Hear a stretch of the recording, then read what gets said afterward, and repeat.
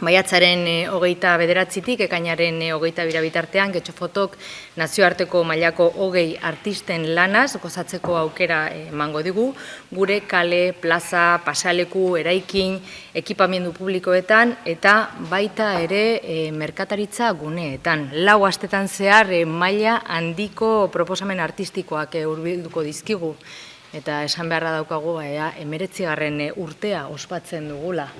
Getxofoto 2025. 25 egun, gai bat, rek, 23 erakusketa eta 21 jarduera.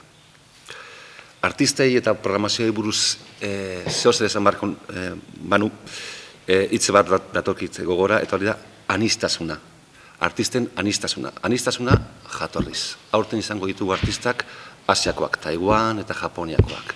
Europear asko, Frantzia, Belgika, Erresuma Batua, Italia, Ego Ameriketatik ere izango ditugu artistak, Afrikakoak bebai. Eta urrunago ezin ginen joan, eukiko dugu artista bat, gure justo Getxoko antipodetan dagoen Zelanda berriko artista bat. Urrunago ezin ginen joan. Anistasuna esaten nuen jatorriz, baina baita ere adinez. Bauzkago oso artista gazteak eta oso artista helduak. Helduak, esan nahi dut, karrera luzea egin daukatenak eta oso ospetsuak direnak. Baina bauzkago artistak euren lehenengo erakusketa Getxofoton egingo dutenak. Getxofotoen apostuak dira, apostu berriak.